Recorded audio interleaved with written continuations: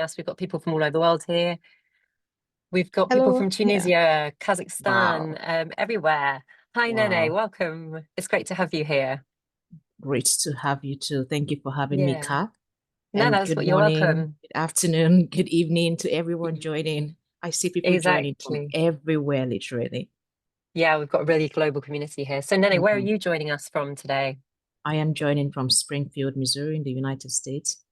Yeah, and it's very early in the morning, I understand for you. It is, yeah. So it's great to have so many people from so many different time zones here. Mhm. And this is great. So before we start, I'm just going to introduce you, Nnenne. So we're so glad to have you here today, Nnenne. It's Thank Nnenne you, Kat. Ben-Ekechukwu. Yes. Um, so Nnenne got her English degree in Nigeria. She's also got a postgraduate degree in education and a master's in psychology, and is also currently studying language acquisition. Is that correct? Yeah. Yes. So lifelong learning in full effect there. Okay, she taught at Slum to School, which is a project that involved mentoring learners from disadvantaged communities, and seeing the sort of tech limitations in her home country is what fuels her passion to find innovative solutions for the classroom, which is what this session is all about, using projects with low resource classrooms. So we're really pleased to have you here, Nnenne. I'm going to hand over to you now so you can share your slides. I'll be here if you need me, and I'll be back at the end for the Q&A. Okay, Awesome. Thank you so much, Kat. thank you. And hello to everyone joining in.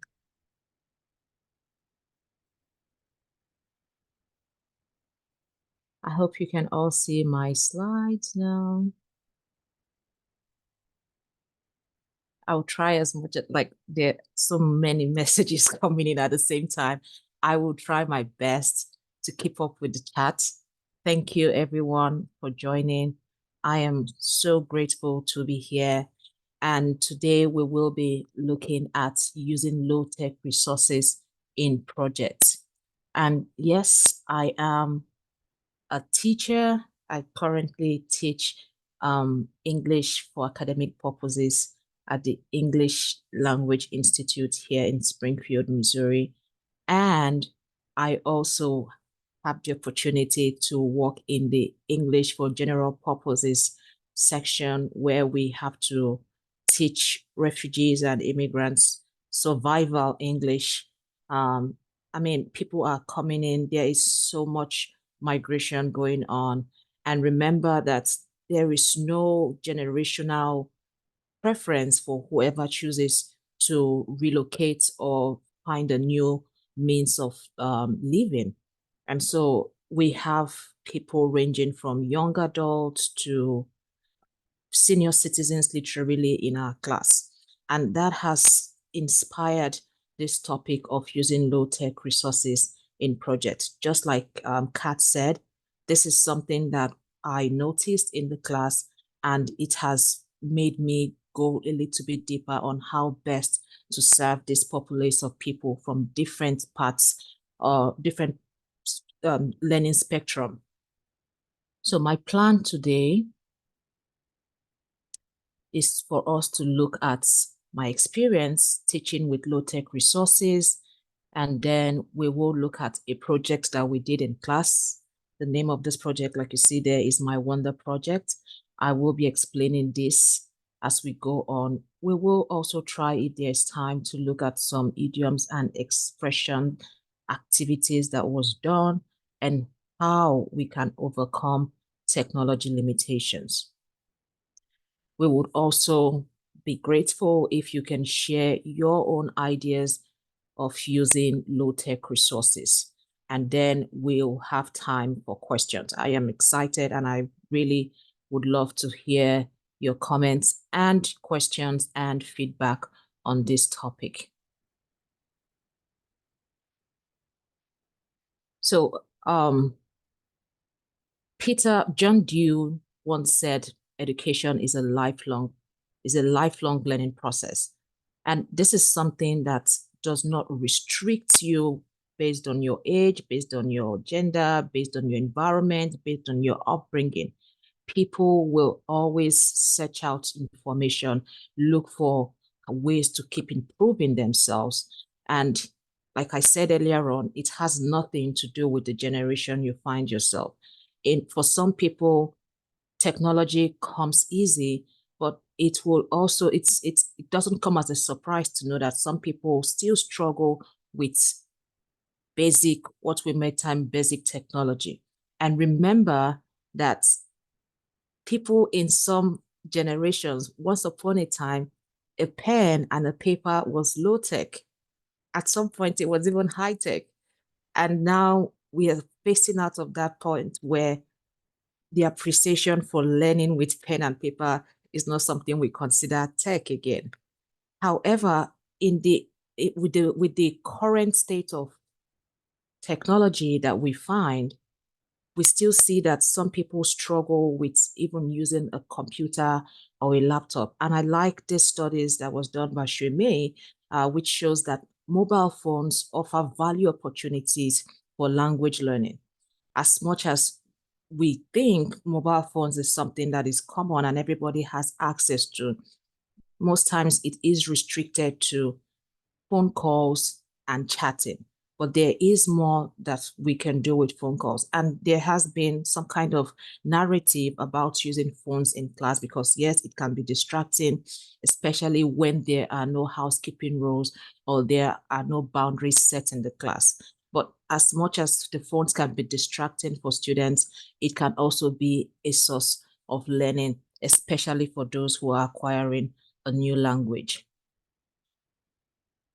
To my experience, I have the privilege, like I said, of teaching students, many of whom are either seeking to further their education or just learn English for just learn basic English for survival purposes. And I got the experience of including low-tech resources as a teaching tool where I teach students who range from young adults to senior citizens. Some of them are refugees, some of them are immigrants with little or no tech resource. My class is a blend of people with formal education to scholars who were in the academia in their country, but for some reason have had to migrate to the US where they have to learn English language. And remember, like I said, this is a blend of people with different levels of education. But one thing that I have noticed is they have the motivation to learn something. They have the quest to learn, and you will not stigmatize, or you will not take in you can't but take into cognizance the fact that they also have the zeal to learn something. And how do we incorporate this without them feeling left out, even though they do not have computer skills or tech skills? So let's not forget, there's also the digital divide, which is an unequal access to technology, which impacts a lot of people globally. And this is driven by factors such as the economy, sometimes education, and sometimes age as well. A study is done by the UNESCO body that is responsible for statistics, which is the ITU, says that as of 2023, 33% of the world's population lack access to technology. So this is quite a global gap. And majority of these people, you can find them in Africa, Southern and Eastern Asia. And remember that a lot of these people who do not have access to technology are also looking for ways to get better. Some of them are migrating to other countries. Some of them are looking for what you may call greener pastures. And what do you do when they find what do they do when they find themselves in a community that is driven by technology? Sometimes they come into class and they have a doctor's appointment. They don't even know how to respond. They don't even know what to do. They don't know how to press a prompt. Sometimes if you have a call, you might have the option of, oh, for English, press 1, for Spanish, press 2. And in some instances, because of the tension that they feel at that point, sometimes they might click on Spanish when they should click on English. Little things like this, or things that we consider little, are actually things that kind of impede people, or some people's communication in a new country.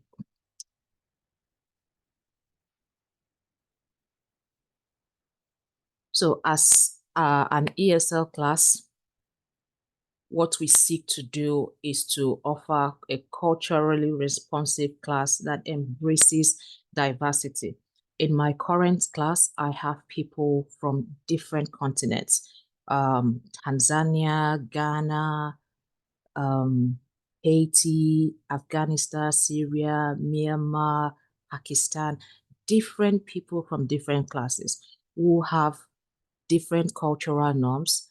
And just like I like what Kat said earlier on, because this is a global space, even the class can be a global space, a global space, you need to make sure that everyone feels welcomed in that space. There has to be respectful learning. Nobody is technology shamed because all you know how to do is just talk, or all you know how to do is just listen, or all you know how to do is use your phone. Everyone has access, everyone has the right to education. And of course, this helps us tweak the curriculum a bit, where we also have to put into consideration all the different cultures that we have to work with. And of course, enrich the academic experience. It's not just about what we want, but also what the students want. And we also look out for the learners, because these are learners whose language development should be encouraged irrespective of their knowledge. We should also make sure that creativity is harnessed with low-tech resources. Like I said, we have people with different levels of formal education who have an idea what it is, but all they need is, some guidance and direction on how to express what it is that they already know. So in the chat box, it's time to go through the chat box one more time. I would like to find out from everyone, what is your biggest challenge getting low-tech resources for your classroom? So I will be going into the chat box now. Let me know. These answers may be lengthy, but I would appreciate if you could outline it. So what was your biggest challenge getting low-tech resources? Just put it in bullet points, and I would look at the chat box to see some.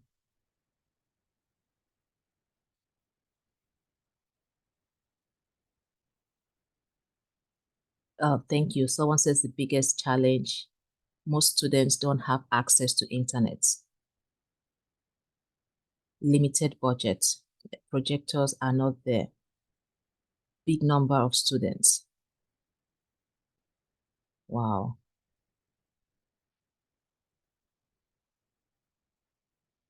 Oh, awesome. Thank you very much. Internet connection, infrastructure, limited time, number of pupils.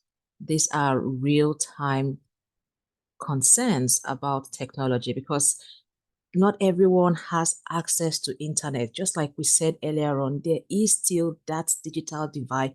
33% of the world's population is a lot. Is the timing. Okay. Awesome. Wow, the comments are coming in. I'll try connectivity, limited time, use of technology, unstable power supply, budget problems. Yes, using tech softwares. Thank you, everyone. Using tech softwares to prepare lesson. Okay. Schools in rural areas.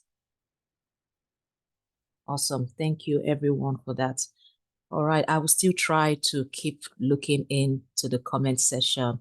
And if there are questions, please feel free to drop your questions. We will try to look at them as we proceed.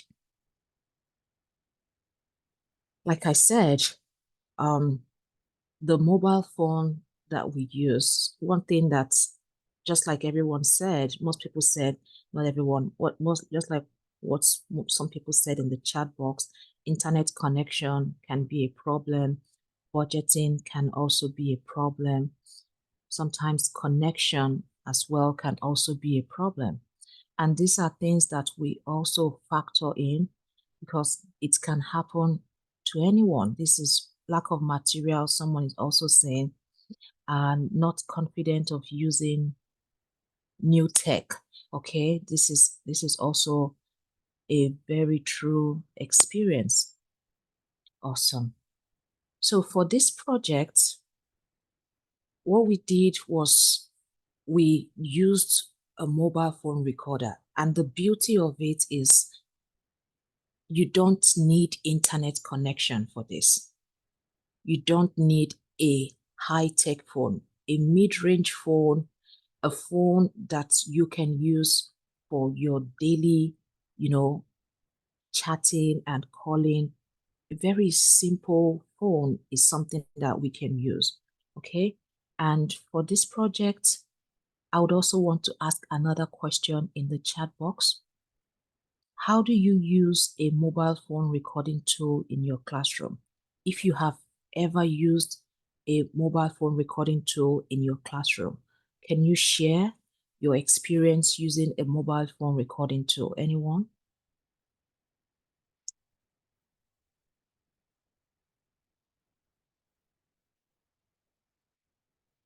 I use a speaker. Awesome. I like that. Someone said, okay, mobile phones are not allowed. Phone is limited even when they like to use it. If you had joined earlier on, I talked about how some places have restricted the use of phones because they find it distracting. For some people, they think the students will not pay attention. And that is subject to the use. Most things have the tendency to be abused if there are no rules or restrictions on how to use them. I like what some people are saying here.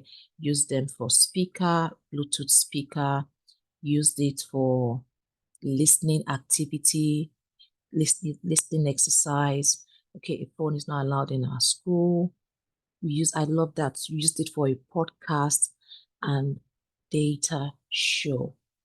Oh, listening activity. Okay, awesome. So these are wonderful experiences, and hopefully we will have time for you to share your experiences about using this tool in your classroom. Okay, for Bluetooth. All right. Thank you so much.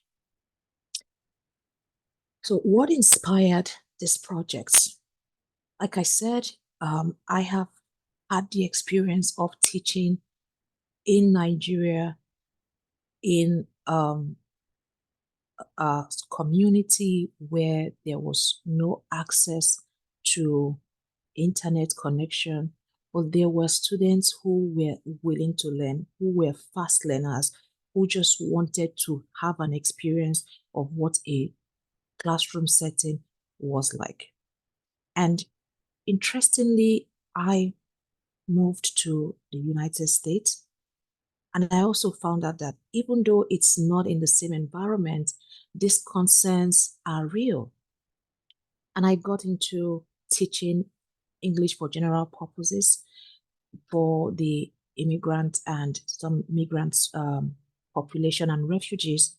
And I discovered that there was a diversity of age for my learners. I have people who are very young, or when I mean young adults. So they're either trying to brush up on their English and see if they can go into the English for academic purposes program. And some of them just needed a little push. Some of them were very shy. Being in a class where they are diverse, I have about 10 countries represented in my class. So being in a classroom where there are lots of people, sometimes people lose their voices. They are very shy. They are afraid of being judged. So, excuse me. So we had this to deal with. And we had some of them who were professors back in their country, and now they are coming to a new country. They were very good with their conservative pen and paper style of writing, wonderful students, loving people. However, when we had to do a placement test using Chromebooks, most of them did not do well, not because they didn't know what to write, but just the fear and the pressure of doing something different was a lot. And I figured that it would be a good idea for us to start day by day, expose tech tools little by little. And the beauty of it is it doesn't have to even be something that you do with the internet. Because when you have a mobile phone, most mobile phones, regular mobile phones do come with a recording tool, which is accessible to anyone with or without internet connection. So I felt that this would be a good way for them to use their mobile phones without feeling threatened, without feeling the pressure to show people that they know what they're talking about. In the comfort of your bedroom, you can do these recordings. You can keep practicing and practicing and practicing until you're able to submit your final draft. So this way, nobody felt too pressured to show off in class and say, oh, I actually know how to do this. And it can be used in rural areas. It can be used in urban areas. You can fit it or customize it to fit your class, your students, especially if you have access or if phones are allowed in your school. And I hope someone is able to use this as use this project and probably report back to your administrators or your school and make a case for why you think a mobile phone recorder can be used in classroom. One of the reasons why this is why phones are banned is because of misuse. But if you have a specific reason why they have to use mobile phones for those where phones are banned, then you can make a case with your school administrators on why this is needed. So why low tech? Why low tech? Like I said earlier on, culture-based communication style. Although most students had low tech skills, they also communicated passively and indirectly. Some cultures do not, they use a lot of non-verbal cues. So using a recording tool was a way of getting some kind of communication and getting some kind of participation as well. And another reason why we did this was to introduce technology gradually. The idea is not for people to come into class and feel intimidated. A class should be a safe place. Working with people who have had different life experiences, teaching should not be something that traumatizes them or evokes some kind of fear in anyone. For this project, the students had to have the activity explained and examples provided. That is part of what we do when they come to class. I will show them a sample of the activity, how it was done, and also give examples of what was done. Students then record their wonder stories. What is the wonder story? It is you coming to class and sharing a part of yourself, sharing a part of your culture. What is something about you or about your experience or about your environment or about your culture or about your beliefs or about your traditions or about your rituals? What is something that makes you unique? Because people are coming in, like I said, they don't know what to expect. In my class, I have over 10 countries represented. So sometimes we find people having to lose themselves and lose their culture in the process of learning a new language. No, what we want to do is preserve your culture while you still learn a new language. And the best way to preserve it is by showing. So show us, tell us about something that you like, that you feel that we should learn about. And in the process, we also discovered that there are lots of words that have lost their true meaning in English language because we try to fit in everything into the alphabets. So for some words, for instance, we've had people try to, one thing that I discovered in this project was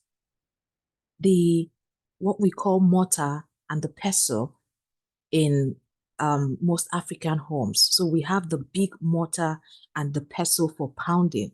But interestingly, the pestle that you see on, most Western countries do not have the big mortar and pestle that we have. So a real African pestle is long and big because you have to use it to pound fufu and things like that. So the original pestle was actually lost in translation. So things like this we discover, and we have students share with us. So in your language, what's in your home language, what do you call this thing? Let us know. Let us know what you call these things. Another thing that we also encourage is tell us about something that we can learn. If it is a greeting, how do we say thank you in your language? How do we say good job in your language? How do we say hello? So you can start your own presentation with hello from in your home language. And then when we finish all of this revision, they are able to now share their final draft of recording with the class. And while we listen to it, we'll try to pick out some things that stand out while we listen. And then they also share more information after the recording. And then we discuss what was recorded, what we heard in class. So we paired people up in class and have them discuss, what did you hear? What did you, how does this apply to your country? Are there similar food? Are there similar cultures? Are there similar traditions? Things like that we share amongst ourselves. So the aim of this is, one, to get students to become conscious, like I said, of words that exist in English language, but they have trouble translating into India. Words that exist, sorry, in their language that they have trouble translating to English. What are some of those things that we have lost in translation because we have to fit them into the alphabet? What are some, even there are symbols.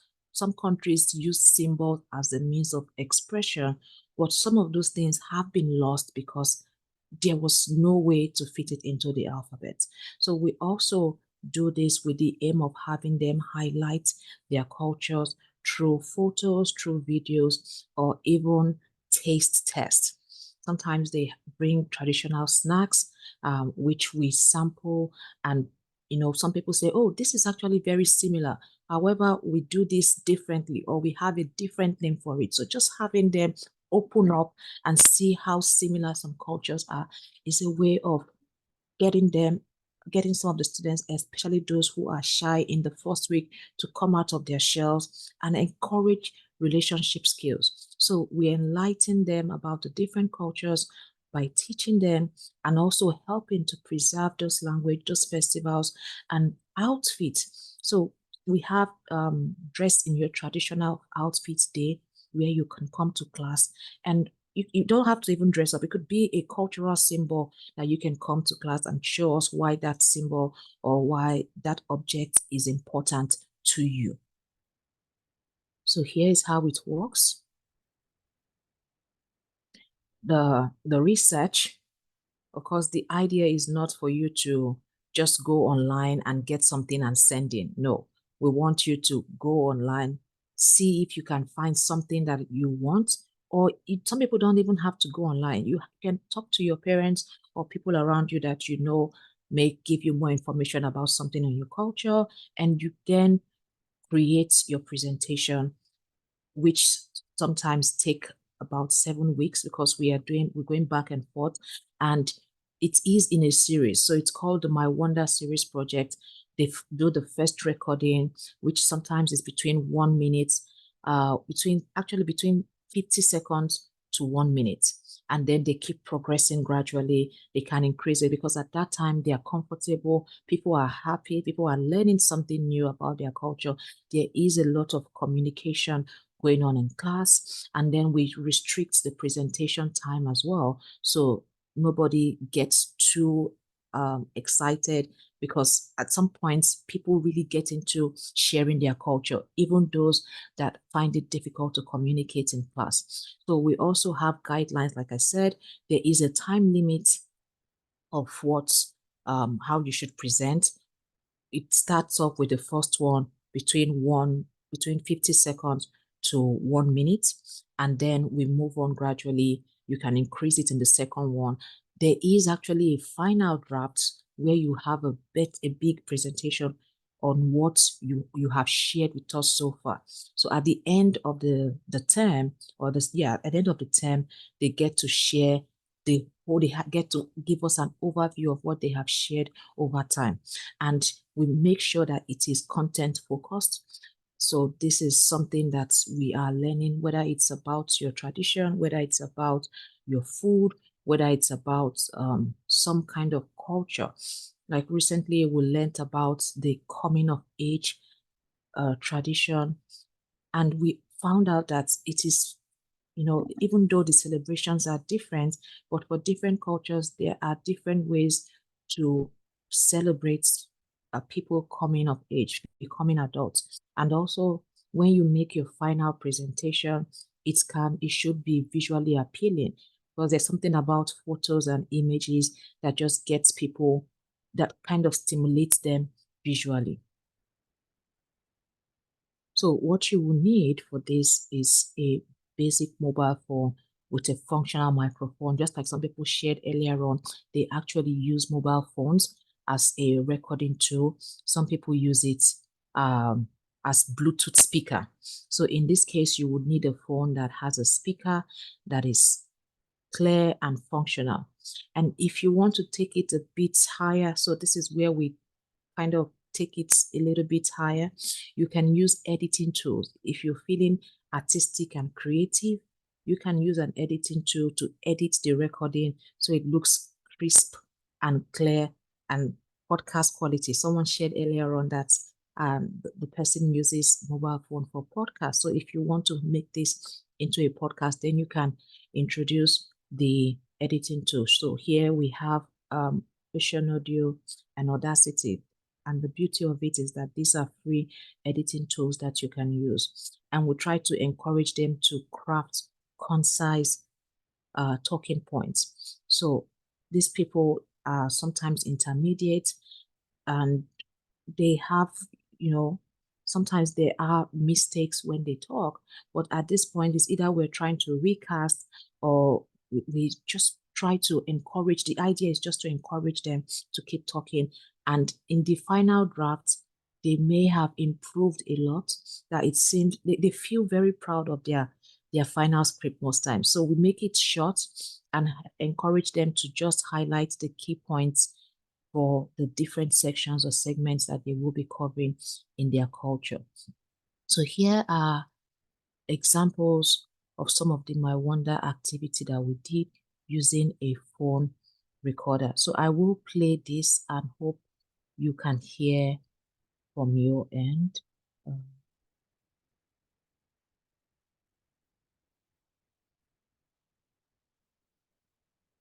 A wonder in my country.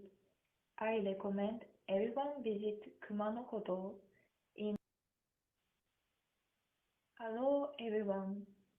Thanks for the opportunity to talk about a wonder in my country. I recommend everyone visit Kumanokoto in Wakayama Prefecture. It has three-story vermilion pagoda. Its beautiful red tiled tower for religious purposes, and Nachi-no-Taki, its shrine, which is 133 meters tall and has the tallest waterfall in Japan. Thanks for listening, and I look forward to sharing more wonders from my country. Thank you. No, the voice is not okay. Let me see if I can.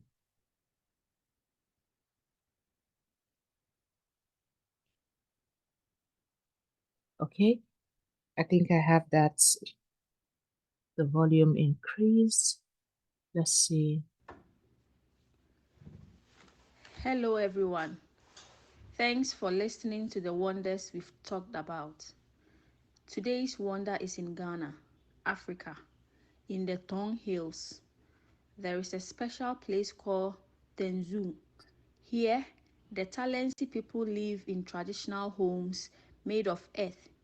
These homes have been there for a long time. They are a cool example of how people used to build. It's so unique and beautiful, and encourage you to visit. And I hope to share another one with you next time when we explore more wonders. Thanks for listening. Okay. So this is one of the recordings, like I said earlier on, it is in a series, and this sounds audible. She sounds loud here, but the previous recordings were, one thing about this project is that it builds confidence, especially in people who do not like to face a large audience. And over time, we just kept on getting better. So here the voice is loud. Of course, everyone does not work on the same frequency. I think the other one was a little bit low. Of course, she had a lot to say, but some people just have a very low tone. I hope you heard both of them. Yeah, okay. So these are some examples of what we have done in the classroom. So how can we overcome some of these technological limitations? Because that is something a lot of people have expressed concerns about. How do we overcome these limitations? Take advantage of offline activities. As much as the world is going, into the phase where AI is a big thing, we're talking about AI, but we don't want to lose hands-on learning that engage learners in activities that don't require technology. It's easy, especially for those where technology is accessible. It's easy for us to lose those things that we can do hands-on. And I also like that this is all about valuing a teacher's voice. So we have the responsibility as teachers to encourage those things that are hands-on. Use board games, you do simulations, do role playing. Let students have, let them have that joy of doing things the natural way. I do not in any way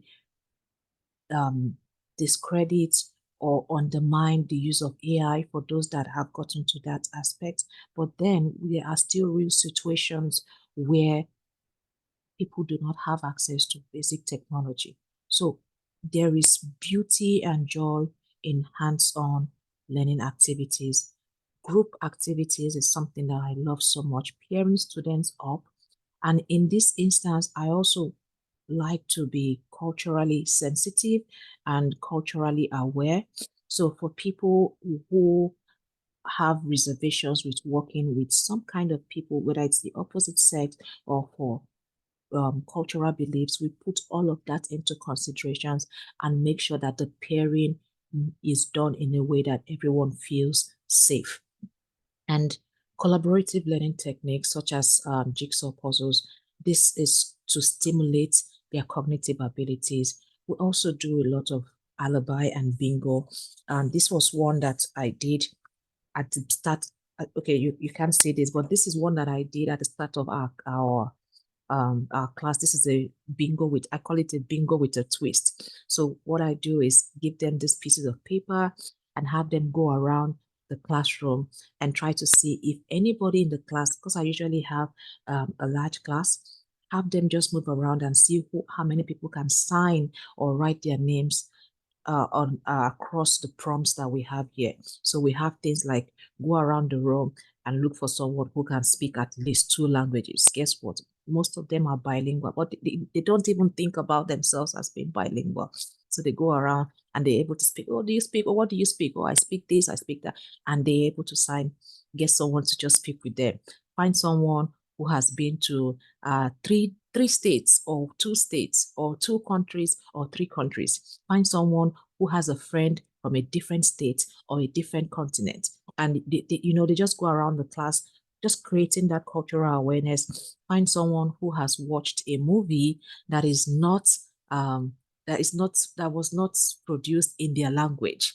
Of course, a lot of people have watched, whether it's Bollywood or K-drama, Indian drama, Chinese drama, or even if it's an African drama, they have watched something in Swahili or Yoruba or Igbo or something, just to have them do an activity in class. And sometimes we also one of the things they have to find someone who has done is find someone who has eaten a dish from a different continent.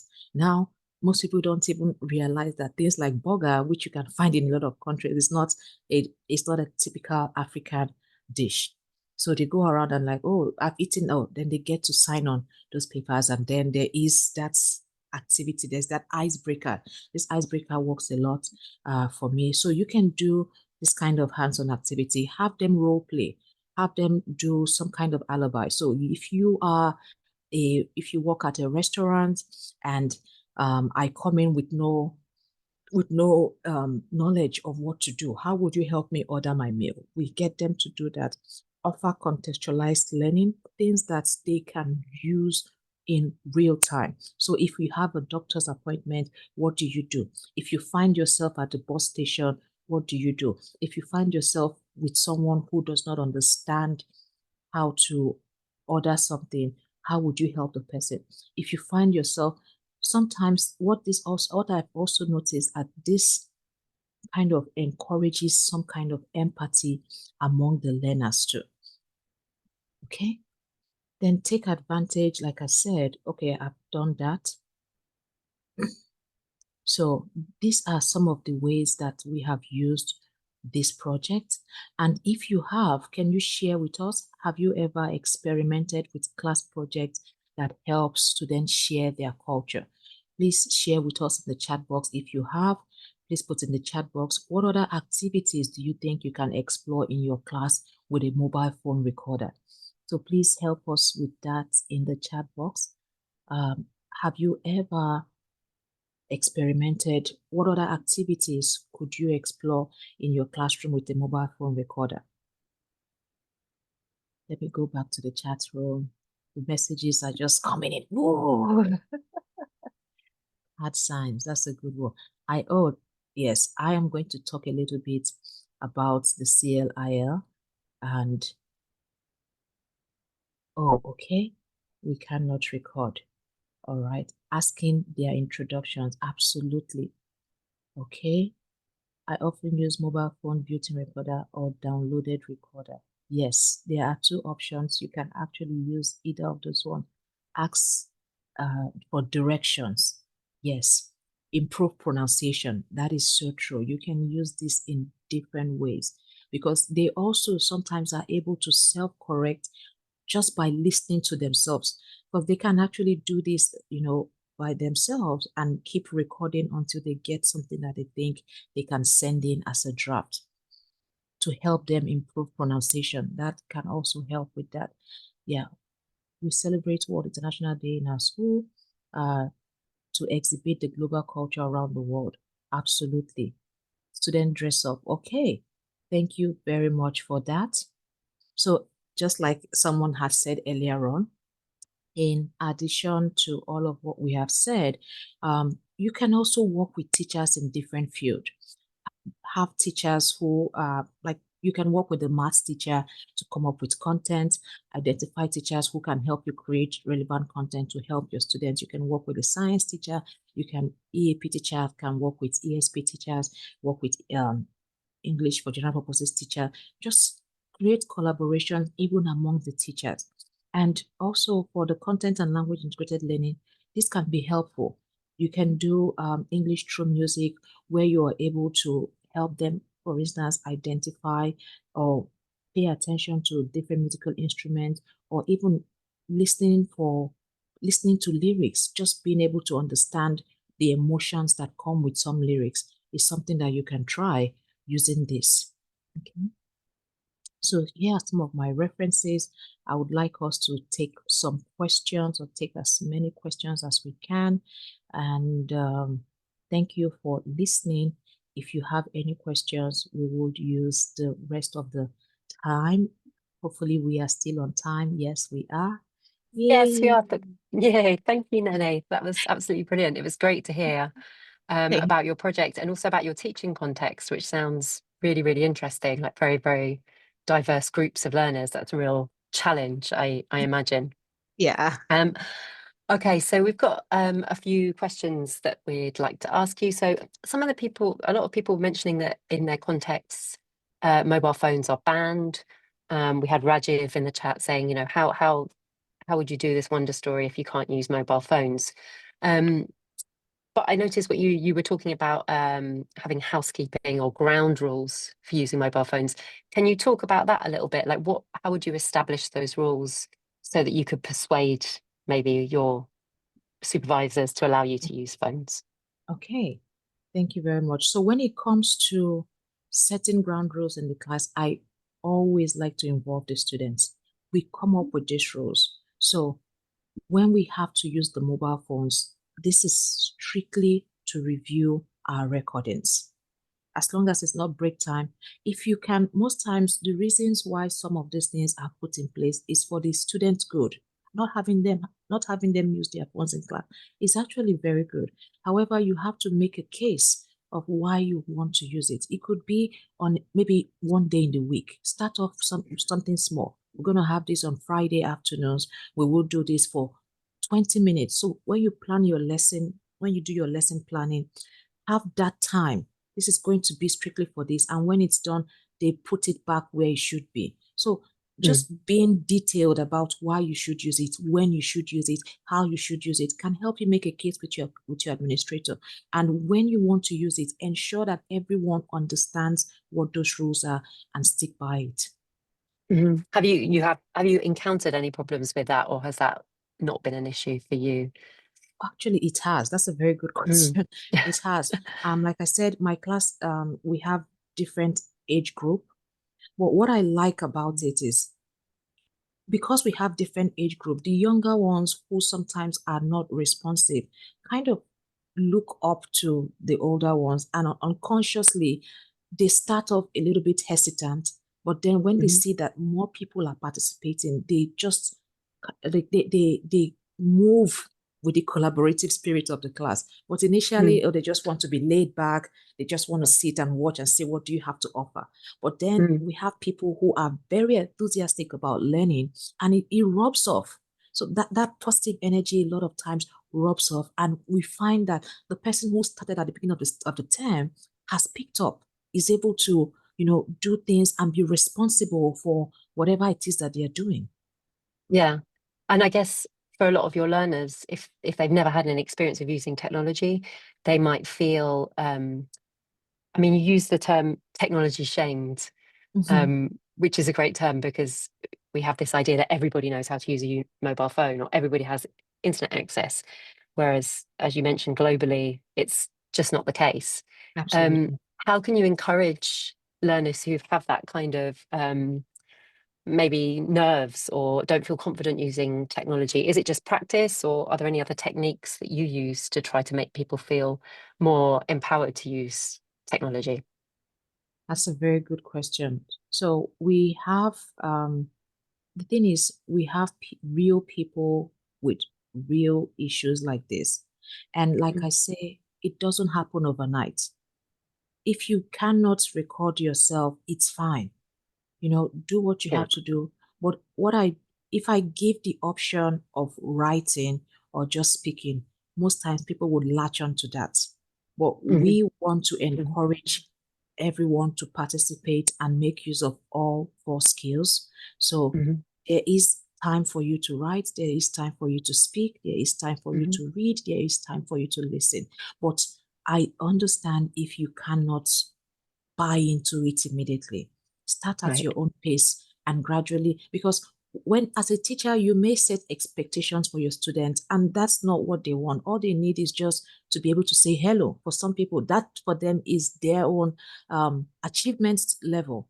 So I need to be sure that I am not over, I'm not, what's the word? I'm not over expecting Pressurizing. as well, or pressurizing the students as well. Yeah. So Okay. just Okay. let everybody grow at their own pace. Okay, great. Yeah.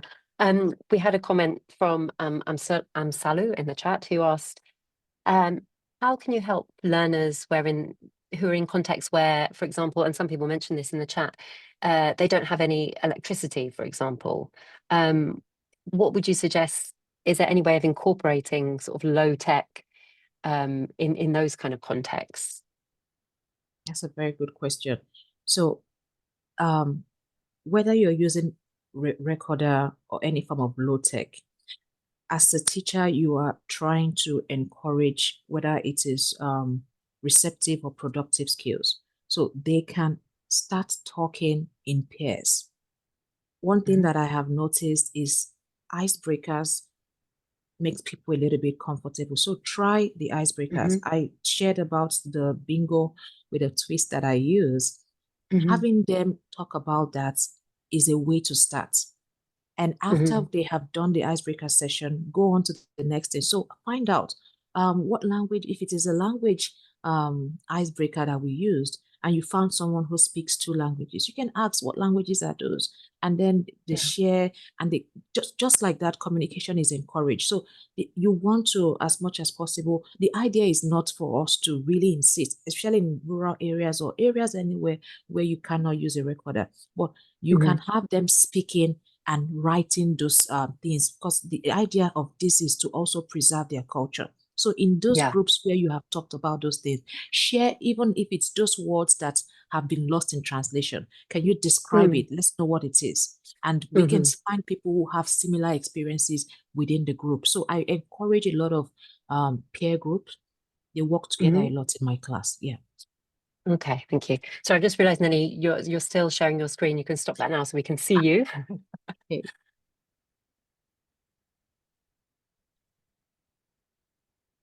There we go. There we go. That's better. Now we can see you instead of being in a small box. We've also got, we've had a question on Facebook from Sikia, I hope I'm pronouncing that correctly, who's asking what happens to learners who can't afford mobile phones? Absolutely. This is real. Usually, another thing that you can do is, if a teacher has a mobile phone, like I said, this is not a full-time class project. You can start small. So this group, you're going to use this phone for the next 10 minutes or the next 15 minutes, and that's all you do. It's done all through the term. So if the teacher has the mobile phone, you can use your mobile phone. They can use your mobile phone to practice. The idea is for them to build their confidence and know that there is nothing about not knowing how to use technology. Nobody's going to shame you. Just get comfortable speaking and recording yourself. Yeah. Yeah. Okay, great. Thank you. And can you just briefly give us any other projects or another way that you've used mobile phones or any other low-tech resources in your classroom in a project? Oh, yeah. So another way that we have used this was the idiom activity that I talked about earlier on. Many cultures have idioms for different things, and we try to see how they can express it. So we have them either draw, for those that are creative. It doesn't have to, I am not the best artist. Like I would. Me neither. I can't draw to save my life. So we just have them try to draw things and see if they can remember what that idiom is. So they draw it and they share it in the class, and people are like, oh, that is this. Oh, this is that. So this is a way that you can do this in class. You can do this with your phone. They can send it in. They can print it out if there is a printer. But it doesn't, like I said, it doesn't have to be fancy. The idea is just to get the students engaged. Yeah, I love the idea as well, because often idioms are similar in different languages or different cultures, or very different, and that can tell you quite a lot about the culture, which is great. Okay, I think we're almost out of time, so we're going to have to stop there, Nnenne, but this was absolutely great. It's so interesting to hear this kind of cultural exchange that you have in your classes. I mean, it's such a fantastic thing to do in the ESL classroom, especially when you have these very diverse groups. And I think everybody's had some really good ideas there. So thank you so much. Thank you to everybody watching on Facebook and to Melissa and Joe who are moderating here. We're going to take a break now for lunch on this World Teachers Day. And we've got our next session starting at 3 o'clock UK time, which is called A Picture is Worth 1,000 Words. Wow. Which again is going to be another, it's all about visuals in the classroom. So that's I'm going to be another excited. fascinating session. Yeah, so hopefully you can all join us for that. But for now, we'll have a break and we'll see you all later. Thank you and bye. Thank you. Bye.